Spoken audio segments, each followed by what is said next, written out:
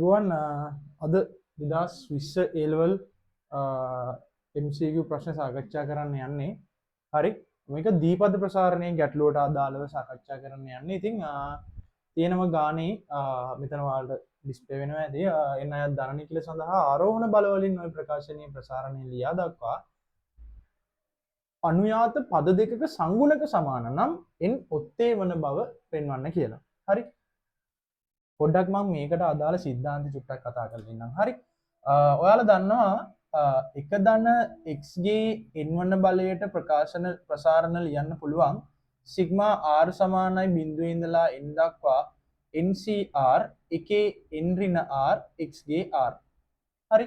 තව ලියන්න පුළුවන් එකක් තමයි එක ධන x ගේ n වෙනි බලය සිග්මා r සමානයි 0 ඉඳලා n දක්වා ncr එකේ r x ගේ n ඍණ r. හරි.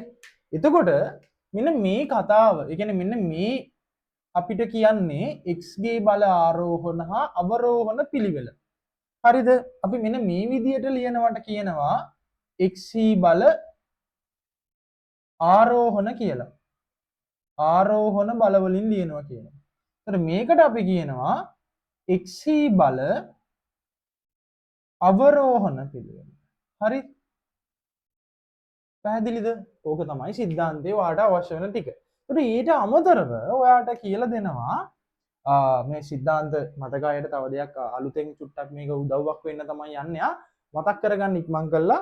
එතකොට මේකේ තව පදේ ලියන්න පුළුවන්. අපි පදේ ලියන්න දන්නවා. දැන් පළවෙනි එකේ නම් tr ධන එක් වන පදේ තමයි එන්නේ. මොකද ද්විපද ප්‍රසාරණයක බල ප්‍රසාරණය කරයින් පස්සේ එන ප්‍රකාශනයේ සිග්මා කොටස නොමැතිව ලබා දෙන්නේ එම ශ්‍රිතයේ තියෙන r ධන එක් වන පදය.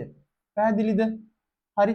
එහෙනම් ඕක තමයි මේ අවස්ථා දෙකේම අපිට ඕන නම් ලියන්න පුළුවන් ncr එකේ r x ගේ n ඍණ r කියලා. පැහැදිලිද? මේක හදන්න අවශ්‍ය වෙන සිද්ධාන්ත කොටස තමයි මම ඔය වෙනම ලිව්වේ. හරි. දැන් බලමු ගාන මොකද්ද කියලා. එහෙනම් අපිට කියන්නේ x ආරෝහණ බල වලින් ලියන්න කියලා. එහෙනම් එක ධන x ගේ n වන බලය ආරෝහණ බල වලින් ලිව්වොත් x සමානයි සිග්මා r සමානයි 0 ඉඳලා n දක්වා ncr එකේ n ඍණ r x ගේ r කියලා ලියන්න පුළුවන්. එතකොට මේක ඕන නම් සුළු කරලා සිග්මා r සමානයි 0 ඉඳලා n දක්වා ncr x ගේ r විදිහට ගන්න පුළුවන්. ඔන්න දැන් අපි ප්‍රසාරණය ආරෝහණ බල වලින් ලියාගෙන ඉවරයි. ඊළඟට කියනවා අනුයාත පද දෙකක සංගුණක. දැන් අපි දන්නවා මේ ප්‍රකාශනයේ අපිට ලබා දෙන්නේ r ධන එක් වන පදයනේ. ඒ කියන්නේ ncr x ගේ r තමයි r ධන එක් වන පදය. ඒ කියන්නේ මෙයා මේ තීලා තියෙන ප්‍රසාරණයේ මේ තියෙන එකතුව ලබා දෙන ප්‍රකාශනයේ r ධන එක් වන පදය. හරි. දැන් ඔයා නිගමනට හිතන්න මෙන්න මෙහෙම එකක්. දැන් r ධන 1 තියෙනවා කියන්නේ අනුයාත පද වෙන්නේ මොනවාද? r ධන 1ට පස්සේ තියෙන පදේ වෙන්නේ r ධන 2. හරි. එහෙනම් ඊට කලින් තියෙන්නේ r පදේ. ඔයාලට තේරෙනවනේ. හරි. එක්ක r ඊට පස්සේ r ධන 1 එහෙම නැත්නම් r ධන 2. මේක කියන්නේ අනුයාත පද දෙකක සංගුණක. දැන් මේ තියෙන්නේ r ධන 1 වන පදේනේ. එක්කෝ අපිට r ධන 2 වන පදේ ලියා ගන්න ඕනේ. එහෙම නැත්නම් r වෙනි පදේ ලියා ගන්න ඕනේ. මම ඒක නිසා මේකේ r ධන 2 වන පදේ ලියන්නම්. r ධන 2 වන පදේ ලියනවා කියන්නේ ළමයි r තියෙන තැනට r ධන 1 දැම්මම මේ බලන්නකෝ r ධන 1 නේ තියෙන්නේ. r ධන 1 නම් මෙයා නම් r ධන 2 කියද්දි r වෙනුවට r ධන 1 දානවා. එතකොට r ධන 1යි මෙතන 1යි r ධන 2 වෙනවා. ඒ කියන්නේ ncr වෙනුවට දැන් r ධන 1 වැටෙනවා x ගේ r ධන 1. එතකොට මේ තියෙන්නේ මොන පදේද? r ධන 2 වන පදේ. හරි. පැහැදිලිද? හරි. එතකොට දැන් එයා කියන්නේ මෙන්න මේගොල්ලන්ගේ සංගුණක සමානයි කියලා. ඉතින් මේ තියෙන්නේ අනුයාත පද දෙක නම් මෙයාගේ සංගුණකය සංගුණක සමාන වේ. එහෙමනම් මෙයාගේ සංගුණකය වෙන්නේ ncr, අනිත් කෙනාගේ සංගුණකය වෙන්නේ ncr ධන 1. පැහැදිලිද? හරි. දැන් එහෙනම් මේක සුළු කරගෙන යමු. අපෙන් අහන්නේ nt උත්තේ පද ලැබෙනවා කියලා.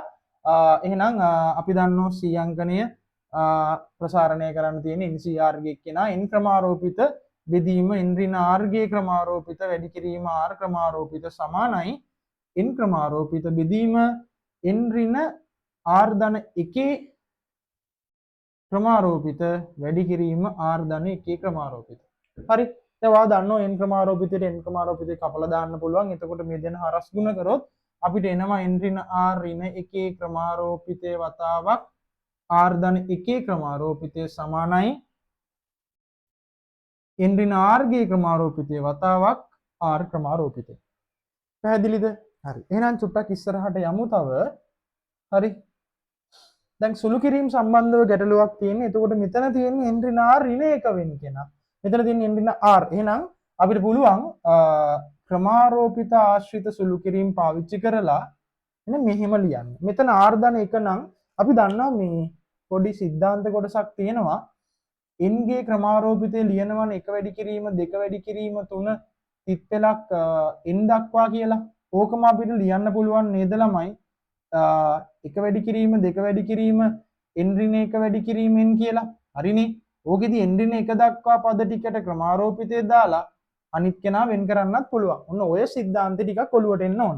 එහෙනම් මම r ධන 1 වෙනි කෙනාව ලියනවා r ගේ ක්‍රමාරෝපිතේ වතාවක් r ධන 1 කියලා. ඒක සමානයි n ඍණ r ගේ ක්‍රමාරෝපිතය වැඩි කිරීම r ක්‍රමාරෝපිතය. හරි. එතකොට ඔයාලට පේනවා r ක්‍රමාරෝපිතයට r ක්‍රමාරෝපිතේ කපලා දාන්න පුළුවන්. ඉතුරු වෙනවා n ඍණ r ඍණ 1 ක්‍රමාරෝපිතය වතාවක් r ධන 1 සමානයි n ඍණ r ගේ ක්‍රමාරෝපිතය. තව සුළු කිරීමක් කරන්න ඕනේ. දැන් ඔයාලට පේනවා මෙතන n ඍණ r නේ තියෙන්නේ. මෙතන n ඍණ r ඍණ 1. ඒ කියන්නේ මෙයාට වඩා එකක් අඩු කෙනා. එහෙනම් මේකත් ලියන්න පුළුවන්. ක්‍රමාරෝපිතය r ධන 1 වතාවක් n ඍණ r ඍණ 1 ක්‍රමාරෝපිතය වතාවක් n ඍණ r කියලා. එහෙනම් මේකටත් මේක අයින් කරලා දාලා අවසාන පිළිතුරේ r ධන 1 සමානයි n ඍණ r. එහෙනම් අපිට අහන්නේ n ඔත්තේ වන බව. එහෙනම් n ට උත්තරයක් එනවා 2 r ධන 1 කියලා. එහෙනම් r සමානයි බිඳුවේ සිට